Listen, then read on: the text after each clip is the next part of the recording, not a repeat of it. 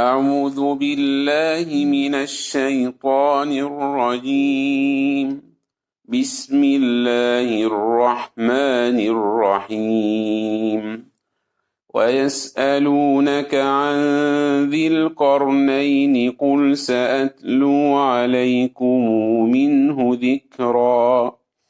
إنا مكنا له في الأرض وآتيناه من كل شيء سببا فاتبع سببا حتى إذا بلغ مغرب الشمس وجدها تغرب في عين حامية ووجد عندها قوما.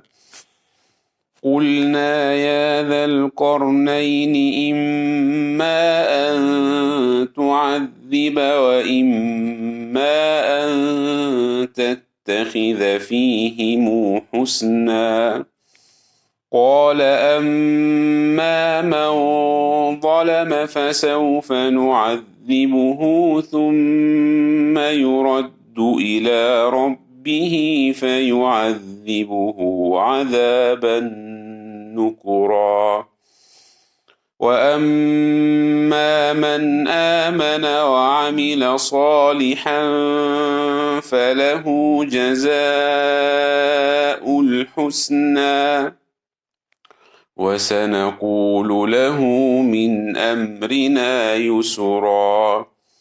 ثم اتبع سببا حتى إذا بلغ مطلع الشمس وجدها تطلع على قوم لم نجعل لهم من دونها سترا.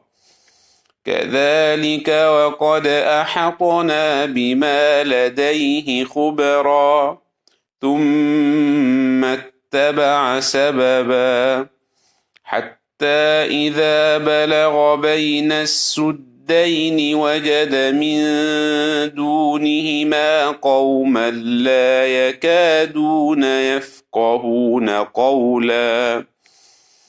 قالوا يا ذا القرنين إن ياجوج وماجوج مفسدون في الأرض فهل نجعل لك خرجا على أن تجعل بيننا وبينهم سدا.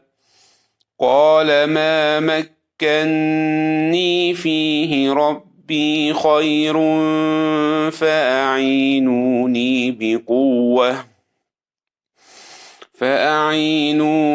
بقوة أجعل بينكم وبينهم ردما. آتوني زبر الحديد حتى إذا ساوى بين الصدفين قال انفخوا حتى إذا جعله نارا قال آتوني أفرغ عليه قطرا. فما استطاعوا أن يظهروه وما استطاعوا له نقبا. قال هذا رحمة من ربي فإذا جاء وعد ربي جعله دكا وكان وعد ربي حقا.